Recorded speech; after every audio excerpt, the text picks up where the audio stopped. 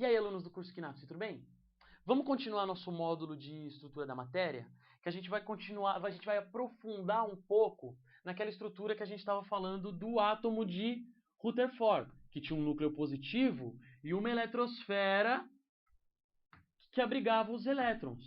Nessa aula a gente vai falar propriamente dessa eletrosfera. E a gente vai falar para vocês como que ela é dividida e como que os elétrons se organizam nessa eletrosfera. Como que a gente faz se a gente quiser colocar uma certa quantidade de elétrons nessa eletrosfera? Tudo bem? Importante da gente saber é que essa eletrosfera, ela não é uma coisa única, como a gente pode imaginar quando a gente trata do modelo de Rutherford. Ela é dividida em várias camadas. E cada uma dessas camadas abriga uma quantidade diferente, uma quantidade própria de elétrons. Agora, essas camadas, que a gente também pode chamar de níveis de energia, a gente pode dividir novamente em subníveis. Então, cada uma dos níveis a gente divide em subníveis. E cada um desses subníveis energéticos vai ter o seu número de elétrons característico, a sua quantidade de elétrons que representa ele. E aí é o que a gente vai ver agora. Então, vamos esquematizar numa tabelinha tudo isso que a gente está falando, para que vocês possa ficar um pouco mais claro. O que eu estou dizendo então? A eletrosfera pode ser dividida em camadas. Essas camadas, olha lá, camadas ou níveis de energia. As camadas a gente vai chamar elas por letrinhas, ó, a partir da letra K, que é a camada mais próxima do núcleo. A camada mais próxima do núcleo eu vou chamar de camada K. Logo em seguida ela, a camada L.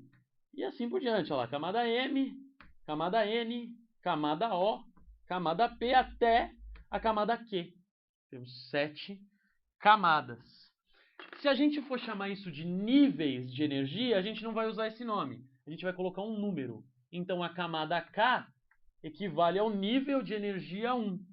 A camada L equivale ao nível de energia 2.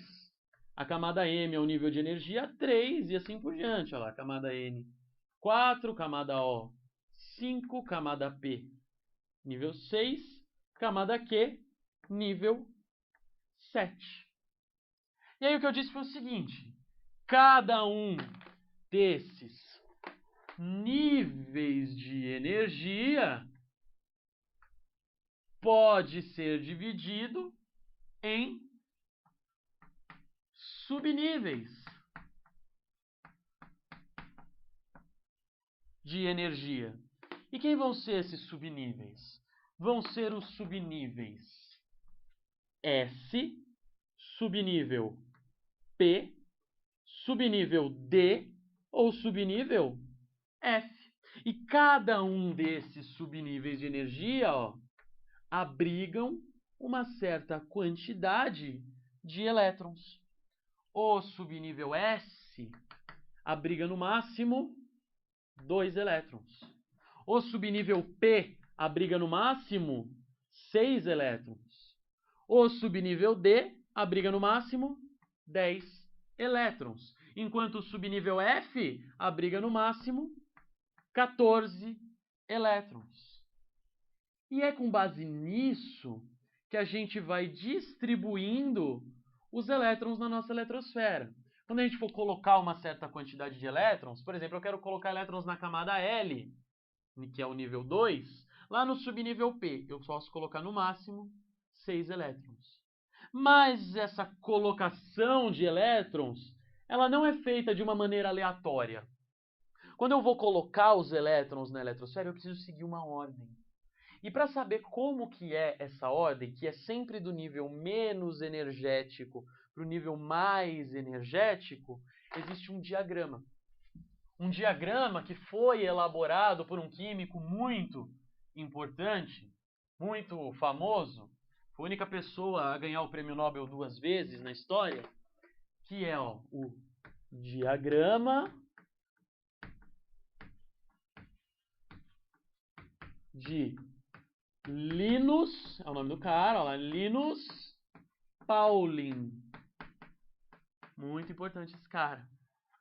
Diagrama de Linus Pauling, que eu vou ensinar vocês a montar para vocês conseguirem, durante a prova, fazer essa distribuição dos elétrons, saber onde que eu vou colocar um elétron. E é muito simples de montar. Ó. Eu vou colocar a camada 1, ou nível 1, uma vez. Embaixo dele, o nível 2, duas vezes. Embaixo dele, o nível 3, três vezes. Embaixo dele, o nível 4, quatro vezes. Agora, eu não vou colocar o nível 5 cinco vezes. Eu vou colocar o nível 5 quatro vezes de novo e vou começar a diminuir. Ó. O 6 vem 3 vezes e o 7 duas vezes. Agora eu vou completar eles com os subníveis. Ó. Aqui é um S. Toda essa primeira coluna eu vou completar com S. A segunda coluna com P. A terceira coluna com D. E a quarta coluna com F. E vou colocar aqui ó, o número de elétrons que cada um abriga. Subnível S, no máximo, 2 elétrons. P, no máximo, 6 elétrons. D, no máximo, 10 elétrons. E F, no máximo, 14 elétrons. E a parte mais importante vem agora. Porque a gente tem que aprender a ler essa bagunça que eu fiz aqui. E a gente vai fazer o seguinte, a gente sempre vai ler na diagonal, ó. Primeiro lugar que eu vou colocar elétrons, no 1s2. Depois vou colocar elétrons no 2s2. Depois vou colocar elétrons no 2p6, depois no 3s2. Depois no 3p6, no 4s2. No 3d10, no 4p6, no 5s2. No 4d10, no 5p6, 5s2. 4F14, 5D10, 6P6, 7S2. 5F14, 6D10, 7P6. Sempre seguindo essas diagonais. Se você entrar lá no nosso site, você vai achar isso aqui montadinho para você poder visualizar melhor e aprender a montar o seu. Agora vamos fazer um exemplo. Vamos supor que eu tenha um átomo qualquer, X, que ele tem um número atômico, ó, vou colocar um número atômico aqui, 22. Você vai falar, ó, presta atenção. Lembra da nossa última aula? O que é esse número aqui? É um número atômico, não é? E o número atômico equivale ao quê? Equivale ao número de prótons que eu tenho no núcleo do meu átomo. Agora, eu tenho um átomo neutro, ó, a carga dele é 0. Se eu tenho um átomo neutro com 22 prótons, consequentemente, esse meu átomo neutro tem quantos elétrons? 22 elétrons. E para eu fazer a distribuição eletrônica, então, desse átomo X22, ó, vou colocar ele aqui mais para cima, ó, X com o número atômico 22. Como é que eu vou fazer? Vamos lá, ó. Eu vou seguir o diagrama de Linus Pauling. Eu vou colocar 2 elétrons no 1s. 1s2. No 2s, eu vou colocar 2.